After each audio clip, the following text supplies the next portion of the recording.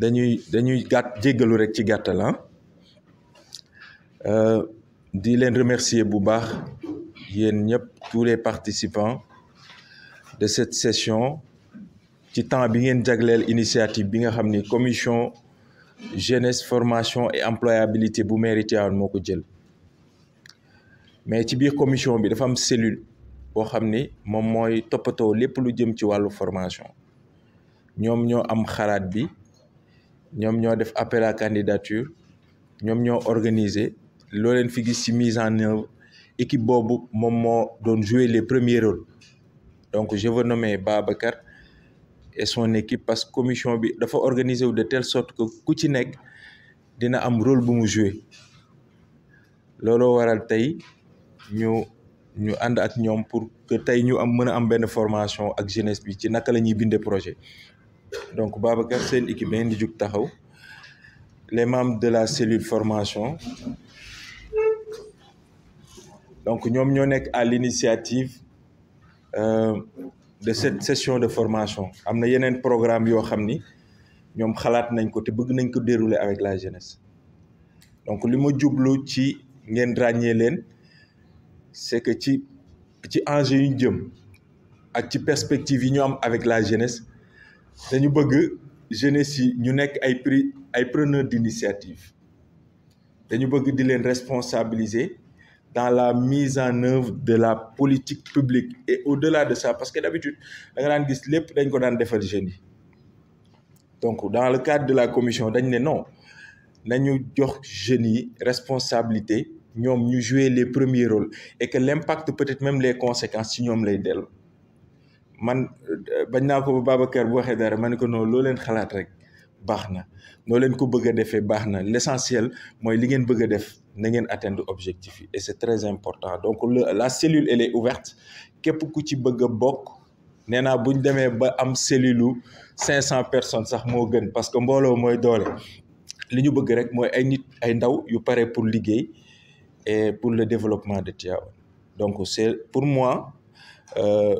le prétexte pour féliciter leen également si seen engagement man gëm naa ni ils vont faire de belles choses pour la jeunesse surtout en termes de capacitation donc Babacar je te félicite avec ton équipe j'ai suivi et gis naa li mu leen jaral ba tey lii nii mën a am donc en tout cas merci et bonne continuation pour la cellule là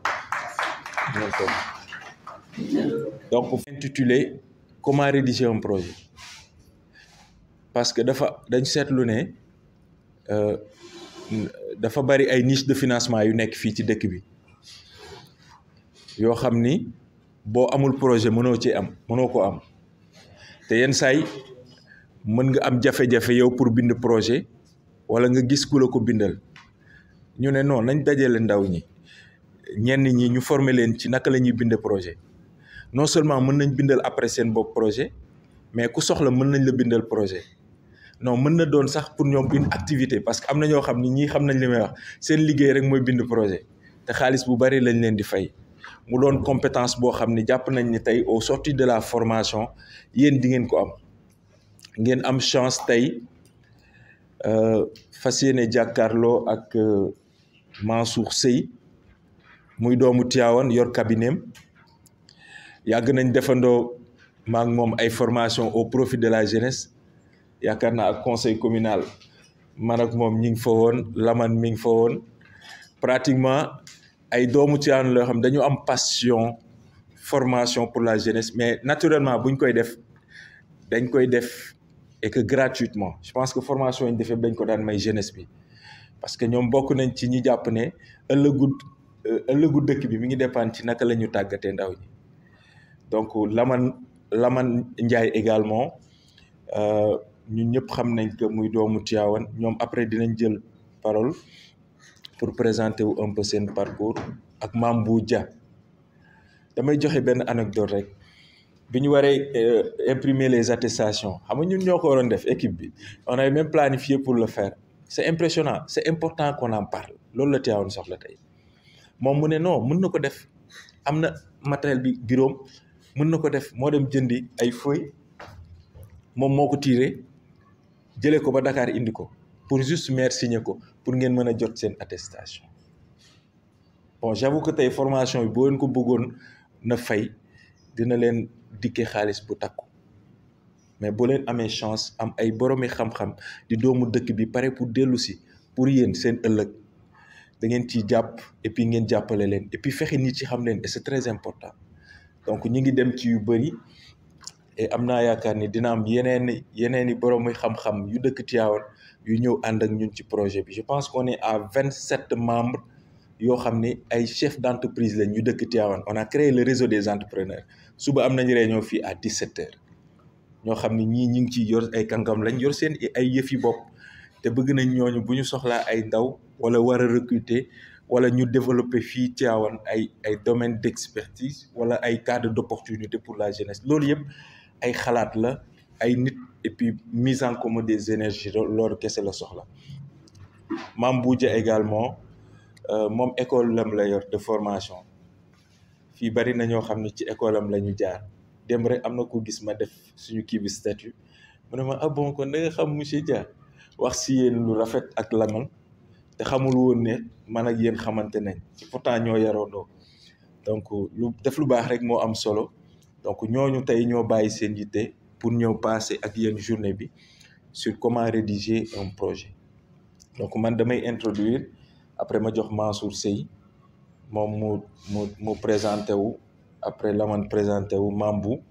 après Mansour Sey moom mooy démarrer formation bi. Donc am na ay ateliers yu ñu prévoir li ñuy ñaan rek mooy téléphone yi ñu def ko sous silence kuñ ci woo bu dee urgence nga dox ndànk rek génn wuyu après ñëwaat pour kenn bañ a déranger kenn comme ça duñ fi yàgg bu ñu añee ba pare c'est une information pour les njóobeen parce que am na ñoo xam ne bu boole aux techniques de rédaction d'un projet. Mais avant tout, je voudrais solennellement, devant vous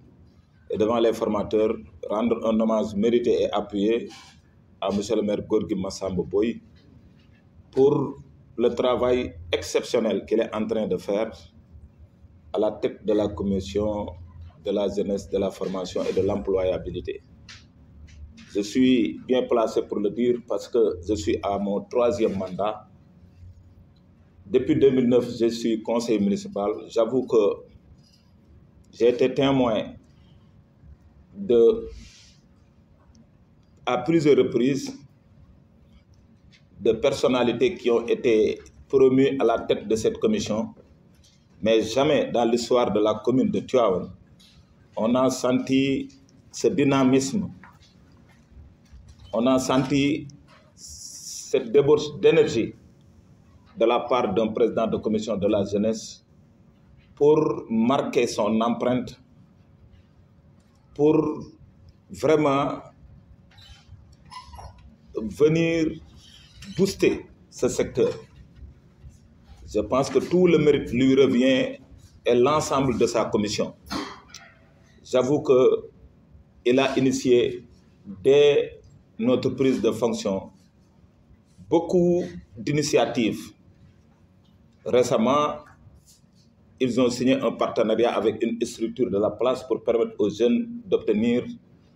de manière gratuite des permis de conduire. Aujourd'hui, vous êtes là en face d'éminents formateurs pour qu'ils vous accompagnent dans vos projets, plus particulièrement dans la rédaction de projets. Donc vraiment, c'est une excellente initiative qu'il faut saisir. Mais vraiment, je tenais à être là pour lui manifester mon soutien, pour lui renouveler ma fidélité, mon admiration pour tout ce qu'il fait. Parce que comme on le dit en anglais, the right man at the right place. Je pense que la municipalité de Tivaouane ne s'est pas trompée pour mettre Gorgui Massamba Boye à la tête de la commission de la jeunesse. Vraiment, nous sommes très ravis d'être là. En tout cas, nous vous renouvelons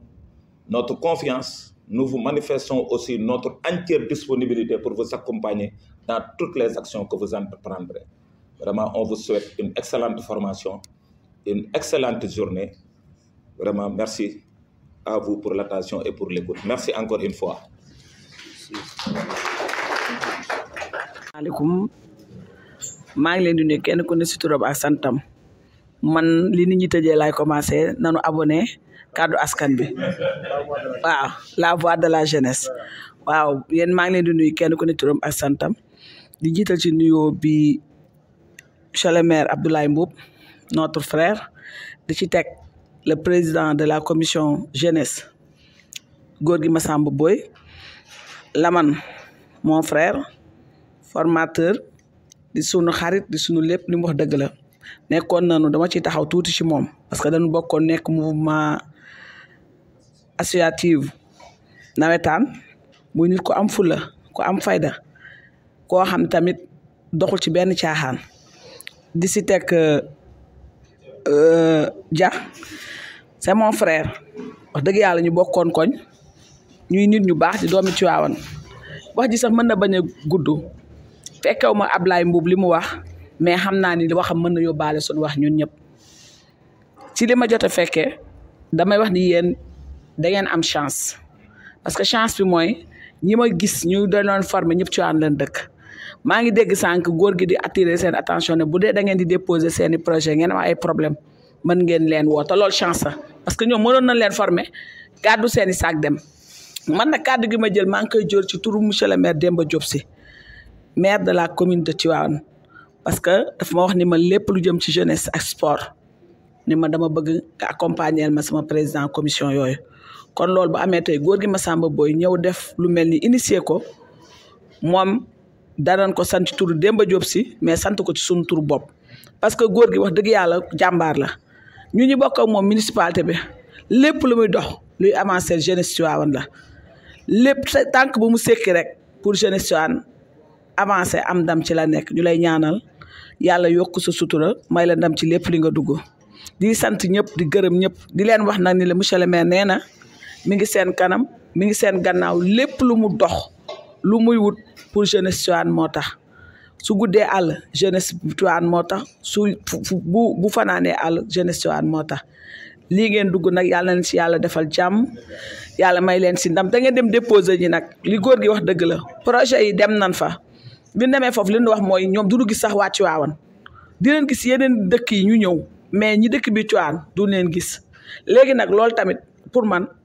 jàng li ngeen jàng soxla def sa étude projet war a déposer am kaay ma financé la defe naa ni loolu jafewul ñu leen ci ñaan yàlla defal leen ci ne mu am réussite totale ñoo ngi sant ñoo ngi gërëm Ablaye merci xam na ni kàddu yi mënuñu fee wax lu weesu li nga fi wax Mansour Seye nit ku baax la doomu Tivaouane lañu kon daal ñi ngi sant ñëpp di leen gërëm yéen ñi fi nekk wasalaam merci beaucoup. Le maire Ablaye Mboup par sa disponibilité. non bu tàcc bi foorul mooy dafa mel ni au moins que sawaroo la ci ñëw voilà beneen bi mooy c'est la première fois ma gis ay attestation sax au moins mu am cachet mairie tey attestation am na cachet mairie ba pare Mame Ngouda Takha nekk maire daal di koy signé cela veut dire mënoo leen am attestation yu ëpp doole yi. Le cabinet que je dirige, Afrique Consulting and Service, c'est une société à responsabilité limitée. Déjà caché mini. Il y a l'école supérieure de management reconnue par l'État du Sénégal de présenter ay étudiants ñuy dem BTS mu am le cachet le directeur Mame Boubou Dia. Ngeen am MS Mansour Seye qui a un cabinet depuis bientôt 5 ans tamit mu apposé ci signature am cachet. Mame Ngouda bon c'est vraiment toujours am na mérite. On a partagé le mouvement navétane je pense que def na ñetti mandat su ma jumul war nañoo def au moins 12 ans ñu partager le mouvement navétane qui a défendu Tivaouane ci instance yi gën a kawe bokk na ONCAV je pense que fierté la encore su ñëwee assister partager ak ñun ci jotaay yu mel nii vraiment au moins que ñu sargal ko ñaanal ko yàlla aussi tamit suñ borom dooleel ko ba ci li muy yëngu suñ borom gën ko ci defal tawfeex di remercier aussi kaddu askan wi suñ borom gën leen a dooleel baax a baax mais aussi nag am nañu félicitation à quelqu'un je peux dire qu'au moins c'est un soldat de Tivaouane qui s'est battu au moment fort et à chaque fois que Tivaouane a besoin de loup góor gi dafay taxaw je prends un exemple il n'est pas facile pour un Tivaouanois dem université jànge fa ñoom association taxawal ko nga dem gis ci ay cadres yu xamante ni ci niveau yi gën a kawe lañ taxaw ci réew mi nga ñëw ñu jiital la mooy association waa Satnar dont Gorgui Massamba Boye le président donc am na mérite Donc je pense que je ne vais pas tirer en longueur, mais jàppale ni au moins c'était vraiment avec un cœur comblé de joie que le choix est porté à ma modeste personne. Man xam naa ne je serai jamais au rendez-vous pour ma fay au moins que li ma Tivaouane defal. Tant que Tivaouane a besoin de moi, je viendrai. Loolu moom bu leen ci xalaat. La conclusion leer la rek. Peut-être c'est à Mambou de le faire qui donnera des orientations sur les déclarations fiscales, ainsi de suite, etc. Voilà, et après peut-être Gorgui. En tout cas, na ngeen abonné tamit ci kaddu askan wi abonné leen ci kaddu askan wi lu abonnement bi gën di bari rek mu am ci as tuut te boo amee as tuut Tivaouane am tuut. En tout cas, merci et bonne chance aussi ci li ngay entreprendre. Waaw Ami Mbaye sama étudiante la woon mais dafa daw yeggalewul waaw yeggalewul wax dëgg yàlla yeggalewul deuxième année ba soutenance ba ma xaw koo escanté bu baax a baax ci laa gëj a gisee loolu nga bëggoon bokk ah voilà Ami Mbaye maa ngi lay nuyu bu baax a baax dégg nga. maa ngi leen di nuyu yéen ñëpp ci nekk sa tur ak sa sant à cet égard je salue le président Gorgui Massamba Boye monsieur Ablaye Mboup monsieur Lamane ak assemblée bi yëpp juste parfois dañuy wax ni la jeunesse est belle mais délicate et cette délicatesse s'explique par le fait que certaines cherchent les désirs les plus fous croquer à belles dents, bref, et s'éclate. Mais d'autres, comme mes chers amis, versent des comportements exemplaires dans notre ville sainte qui est Tivaouane. Pourquoi moi? Parce que depuis la commission bi taxawé ba légui à chaque fois ñi ngi pousser vers l'entrepreneuriat, ñi ngi pousser vers les financements des jeunes pour accompagner les jeunes par rapport à leur projet. Je pense que c'est important. Bu ñëk dañ dan gis jeunes yi nekk ci ay Mumbai. Légui nak machallah avec notre président Gorgui Massamba Boye bu ñu ñëwee ñu taxawal formation et employabilité loolu bu ñu ko defee pour ndaw ñi la bu ñu ko defee pour dimbali ndaw ñi la pour accompagner ndaw ñi defoo ko pour boppam defoo ko aussi pour kenn da ko def pour Tivaouane. Je pense que ni ku ci nekk rek war nga ci mën a bàyyi xel beneen bi ñu wax mooy initier nañ ndaw ñi ci li nga xamante ne mooy entrepreneurial donc suñu defee formation ba pare bëgg nañ ndaw ñi ku ci nekk rek idée de projet bi nga yor ñu accompagner la ci ba li nga xamante ni moom nga bëgg nga taxawal ko demee incha allah am nañu réunion des entrepreneurs ici fini ci salle bi à partir de 17h ñi ngi wax képp koo xam te ni porteur de projet nga bëgg nga am entreprise donc ñu ngi lay invité demee ci réunion bi bu ko defee ñu def mise en place bi def benn prise de contact entre entrepreneur ñu gën a mën a xamante taxawal réseau des entrepreneurs loolu moo nekkoon li nga xamante ne mooy information bi ñu mën a jàllale en tout cas ñu ngi lay gërëm bu baax a baax monsieur Lamine vraiment kontaan ak mbégte la ñu am man tey su ma taxawee fii di wax c'est grâce à la vie associative moo ñu may tey ñu mën a taxaw ci public di wax. C'est important prise de parole dafa am solo mënoo ni damay nekk entrepreneur te mënoo def prise de parole mënoo wax comment tu vas défendre tes projets loolu tamit dafay am solo góor gi il faut nga initier ndaw ñi ci prise de parole ñuy faral di ko utiliser sànq wax naa la ko nee naa la sama projet bi nga xamante ni moom laa bëgg a dëgmal parce que dama teg benn projet groupe King Service ci lay travailler c'est dans le domaine de l'aviculture mais en même temps on va travailler dans le carrefour de la communication en anglais et en français pour permettre aux jeunes vraiment de parler correctement la langue française et la langue anglaise. C'est important. En tout cas, je vous souhaite plein de succès dans vos importants travaux. Et... Rebonjour à tout le monde. Je vais prendre la parole au nom de la cellule formation de la commission jeunesse, formation et employabilité. Donc, c'est un honneur pour nous aussi d'avoir servi à la jeunesse, tivaouanoise. Ce fut un grand plaisir pour nous d'avoir organisé cette séance de formation. Vous savez, il y a eu beaucoup de cellules durant les années, comme l'a si bien souligné M. le maire. Mais aujourd'hui, notre mission, c'est d'accompagner la jeunesse tivaouanoise, nous-mêmes y compris, nous en tant que jeunes. Donc, nous essayerons de faire tout notre possible pour vous accompagner dans les formations, dans les accompagnements. Même si les formateurs retournent à Dakar, nous serons disponibles pour vous accompagner. Du peu qu'on a, on va essayer d'échanger avec vous, de vous accompagner dans la rédaction de vos projets. Même si dans vos activités parallèles, vous avez des questions, la cellule est là, la commission est là pour accompagner la jeunesse. C'est une commission ouverte, comme l'a si bien souligné le président. Toute la jeunesse tivaouanoise doit y trouver son compte. Si vous avez des inquiétudes par rapport à votre insertion, par rapport à votre formation, par rapport même à vos projets de vie, venez, rapprochez-vous des membres de la commission, nous allons vous accompagner. Et je voudrais profiter de cette occasion aussi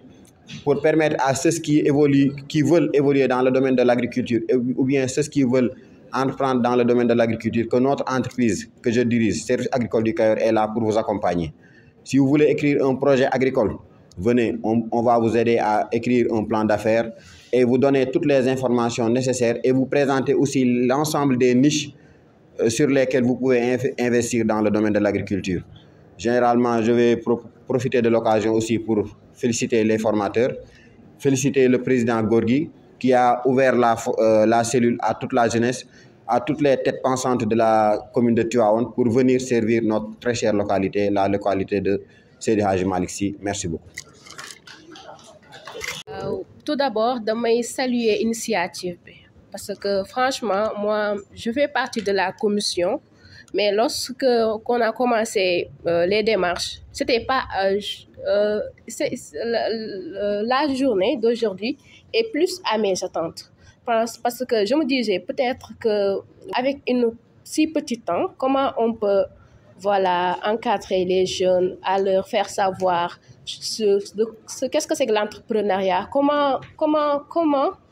créer ton propre entreprise, quelles sont les démarches, et c'était franchement pragmatique. Je vous remercie encore une fois. maa ngi dellu di nuyuwaat ñëpp donc di rafetlu aussi initiative bi ñoom Gorgui Massamba Gorgui am donc pour organiser formation bi parce que jeunes yi daanaka ñëpp ku nekk koo si gis muy dox donc am na des projets dans sa tête koo si gis rek mais problème bi mooy lan lay concrétiser pour idée yi mu am pour créer entreprise wala mën a entreprendre donc lii donc idée bu noble la parce que jàng nañ fi lu bëri aussi xam-xam génn na fi ñu ngi remercier aussi formateurs yi donc ci xam-xam bi ak liñ fi indi yëpp. di nuyu monsieur Ndiaye di nuyu suñu président Gorgui Massamba Boye ainsi que ñu fi toog ñëpp vraiment dañuy kontaan ci initiative bi di rafetlu aussi bu baax lii bu baax a baax parce que dinañu permettre ndax jamono ji ñu toll foo dem dañ lay laaj ay demande dañ lay laaj ay yu ci ëpp te lii moo ñuy aider parce que ñun ñëpp am nañ ay idée ñun ñëpp ku ñu appuyer la ñuy xaar te lii buñ ko continuer incha allah jeunesse bi dinañ kontaan te dinañ ci gis seen bopp vraiment ñi ngi rafetlu bu baax ci taxawaay bi ngeen ñu taxaw vraiment jeunesse bi lii rek la bëgg lii rek la am lii rek la xam tamit ku ñu appuyer kese am nañu ay idée xam nañ fu ñu bëgg a jëm mais lii rek moo ci des te incha allah tuuti rek buuf rek incha allah ñu dem merci beaucoup. Le président. Pour dire à l'assistance, je ne suis pas nouveau dans ce que je suis en train de dire ou bien c'est ce que je suis en train de faire. Tantôt, j'avais vu aussi M. Mansour Sey. J'avais l'occasion de le côtoyer et on a travaillé pas mal de projets sur ça. Récemment, lorsqu'il parlait d'une idée de projet, des fois on parle de l'idée de projet. L'idée de projet, c'est quelque chose qui naît de néant. C'est-à-dire, on peut venir du jour au lendemain, avoir une idée et le concrétiser facilement sans pour autant avoir les ressources nécessaires. Ça peut arriver. Je parle en connaissance de cause. Tout ce que je suis en train de dire, je le sais. Je le sais. Récemment, j'ai créé un site qui s'appelle trouverunouvrier.com. Trouverunouvrier.com. Trouverunouvrier.com. C'était juste une idée qui m'est venue de néant lorsque j'étais à l'université. J'étais en licence 3, ce qu'on appelait LMIO, licence Management Informatisé des Organisations. Vous voyez, j'ai créé un site qu'on appelle trouverunouvrier.com. Et 1 mois, 2 mois après ça, il y a une entreprise qui se nomme BSP Consulting. Il a vu le site d'internet et il m'a consulté. Il m'a dit, monsieur, vous êtes en train vous avez créé un site. Qu'est-ce que vous avez fait pour créer ce site-là? Je lui ai juste dit que j'avais envie de faire quelque chose. Et j'avais juste cette idée-là. J'avais juste cette idée-là. Et par la suite, lui, il est venu pour paraphraser mon idée de projet avec son idée de projet. Il voulait, lui, créer un site qu'on appelle trouverunartisan.com. Il n'y a pas pratiquement de différence entre ouvrier et artisan. Vous voyez? Et il voulait que je fasse ce que j'ai fait pour mon projet, je l'ai fait pour lui. Et il dit, monsieur, attendez. Certes, je suis jeune, je suis étudiant, mais je ne suis pas bête quand même. La différence entre ouvrier et étudiant, il n'y a pas tellement de différence. Donc, si vous voulez que je fasse d'autres services pour vous, venez le dire, mais créer un site d'artisan à la place d'un site d'ouvrier, ça, j'aime pas le faire. Ça ne pas le faire. Juste, il faut être créatif et savoir innover, savoir se... nuyu kenn ku nekk sa tur ak sa sant. Je pense que l'essentiel a été dit par mes frères, que ça soit muy monsieur Ndiaye, que ça soit muy Gorgui Massamba Boye, que ça soit muy Grand Mboup ak Mame Ngouda mi nga xamante ni suñu sœur la comme ni ko Lamane waxee mu doon ku disponible ku baax vraiment ñu seqoon lu yàgg donc ñu lay ñaanal si mission bi nga nekk yàlla na yàlla mottali rek bu baax a baax li ñu waxoon rek loolu la ñuy gën a waxaat di ko wax suñu rakk yi di leen wax ni leen góorgóorlu leen moi à chaque fois je dis que c'est l'homme qui a peur et on dit que rêver petit rêver grand tous les deux c'est des rêves te comme ni ko l'ancien président ivoirien ni mu ko waxee woon nu mu tudd sax Laurent Gbagbo nee na si tu es né en Afrique rek la vie te mène 1-0 mu ne boo jàngul jàppal ni tout simplement la vie te mène 2-0 mu ne bu say parents amul rek jàppal ni la vie te mène 4-0 donc li la war mooy jéem a indi lan remontada bi ma am benn film boo xamante ne mën naa ni ci laa gëjoon na seetaan film ñu doon ko wax Terra Nostra Matteo doon wax ni man su ma du ma accepter juddu ci berceau de sable ba pare di ci tëddaat mën nga juddu doon pauvre mais boo deewee ci pauvre dama naan yow la neex donc góorgóorlu moi je dis que l'impossible ça n'existe pas. Dites-vous que c'est difficile qui est chemin mais chemin n'est jamais difficile parce que le chemin qui est déjà tracé pour man dama ni yomb na li Senghor doon wax naan fi ma jaar ko fa jaar taq ban kon kenn ku nekk si yéen jàppal ni da nga war a doon bañkat liñ naan ku dara waru amul mooy ku warloowul dara moo am boo góorgóorloo rek yàlla jàppale la man à chaque fois dama naan ki toog ci der bi naan yàlla may ma dépense yàlla bañ la jox dépense nee na ki nekk si naaj bi laa xamul ni ma koy def te nag yàlla fa dëgg fa yàlla loolu mooy li am jàppale ni kaala si ndigg lay njëkk door a dem si bopp donc te tubaab bi danaan la poussière des pieds enrichit plus que la poussière de derrière kon bu ñu nax suñu bopp faut pas qu'on se voile la face xëyoo liggéeyoo bëgg weer bi dee nga fayeeku amul fenn boo koy def aussi des fois dama koy wax ne naa boo jaaxaanee di sawoo kenn sa bopp ngay saw on est des jeunes nañu góorgóorlu xam ni Tivaouane tey bu développé ñun ñoo ko développé li ñu war a wax à chaque fois bu ñu wax ni lan la ñu Tivaouane defal te nag buñ ko xamee buñ ko xamul yàlla sutura la ñu defal mooy dafa am dëkk yoo xamante ni boo fa kiiyee rek dañ laa ñaax da nga war a góorgóorlu Tivaouane dëkku leer la Tivaouane dëkku xam-xam la comme ni ko yeneen dëkk yi amee dafa ma arrivé bis may dox université may wax ba tudd Tivaouane rek grand bi taxaw ni ma sëñ bi da nga def ma ne ko maa ngi fi mun ma da nga tudd Tivaouane de man waaw mu ne ma Tivaouane de dëkkuma fa mais yàlla dogal na chaque vendredi fa lay xat raje donc kon kooku ku naw Tivaouane la ñun on n'a pas droit à l'erreur am na dëkk yoo xam ne boo fa dëkkee yow dañ la kañ dañ la ñaax mooy tu n'as pas droit à l'erreur monsieur Ndiaye wax na ko sànq li ñu gën a sonal mooy doomu Tivaouane bëri nit ñoo xam ne bu ñu génnee Tivaouane complexe la ñuy doon te ngir waroo complexe fi nga dëkk da nga war di wax ni fii laa dëkk di góorgóorlu lu baax lu ne nga fexe mu dem fa kon donc daal jàppale ni c'est fi un grand plaisir ñoo fi tey au nom de ESM bi nga xamante ni maay directeur bi te di leen wax ni affaire yi y a pas de secret seul le travail paye Tivaouane couche yëpp mi ngi fi bu ñu góorgóorloo li may wax en solidarité de corps loo xamul nga laaj keneen mu jàppale la donc xam ni donc c'est Tivaouane qui gagne loolu daal mooy yi nga xamante ni bëggoon nañ ko wax da leen wax aussi képp ku ci am entreprise nga jéem a respecter tes obligations fiscales ñi ngi jëm ci jamono boo xamante ni ku ci yor entreprise comme ni ko monsieur Ndiaye waxee sànq boo nga def sa démarrage d'activité boo démarré wul sa activité it informer ce qu'on appelle les autorités compétentes sinon yoon dina dal ci sa kaw redressement dina ci fekk wala leneen dina ci fekk on voit ces cas de figure kon donc li ma leen wax daal mooy gën a góorgóorlu xam ni l'avenir appartient à ceux qui se lèvent tôt te xam ni loo jombale sa bopp rek mu jombale la boppam loolu daal mooy les quelques mots yi nga xamante ni bëggoon naa ko wax di remercier notre frère Gorgui Massamba Boye sànq mi ngi ñuy remercier mais ñun ñoo ko war a remercier parce que am na loo xamante ni yiw la li ñu defal nii dama naan ñun tey bu laajoon tey fay ñun ñooy làmb suñu poos fay ko parce que ñun ñooy fay ñun ñooy delloo mbattu sa ndaala ñun ñooy delloo buum sa booy ba parce que li ñu Tivaouane defal ñun àdduna du neex ak a neex ba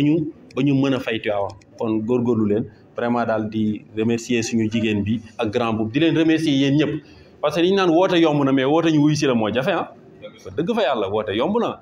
donc séminaire bu mel nii man ak monsieur Ndiaye mos nañ ko animé si yeneen municipal dañuy neex ay initiative di am fii nii Tivaouane ñuy ñëw di si def suñu contribution di ci tuur suñu ñàkk parce que Tivaouane la ñu am c'est Tivaouane qui nous a vu naître lépp lu ñu am tey Tivaouane lañ ko yéene loolu daal mooy li nga xam ne bëggoon naa ko si sànni di wax nag abonné leen bu baax a baax ci Kaddu Askan Wi donc bu baax a baax parce que li ñuy wax naan réussite am suñu réussite la ndamam suñu ndam la donc loolu daal mooy li nga xamante ne je tenais à vous dire ça di wax ñi toll si jàng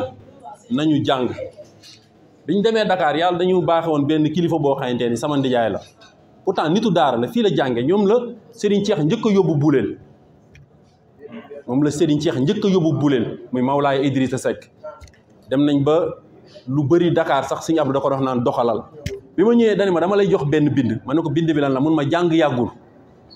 ma ne ko ndijaay luy loola mun ma xam nga lu yàgg ma ne mun ma ñàkk a jàng mun ma dinaa la ci dolli leneen mun ma képp kuy def fu ñu wax nga ni xam naa ko doo def lu ñu wax nga ni xam naa ko ma ne ko luy loolu mun ma jàng dafa fiir moo tax boo ci tollee concentré wu leen yéen ñi toll ci jàng leen boo ko deful jamono ngi ñëw da ngay regretter et le temps perdu ne se rattrape jamais ñi toll ci jàng ñu góorgóorlu ñu toll ci métier aussi ñu góorgóorlu gis nga jamono yi ñu jëm nii dama koy wax de dina am ñoo xamante ne dinañ màtt seen loxo wiccax parce que li ko waral mooy lu ci bëri da ngay gis sax yenn corps de métier yi ay étranger ñooy ñëw di ko def demal ba ci atelier yi léegi c'est très rare nga gis booy yi jàng métier bu dee mécanique bi man dama koy wax des fois je fréquente beaucoup de mécaniciens mais dañ naan la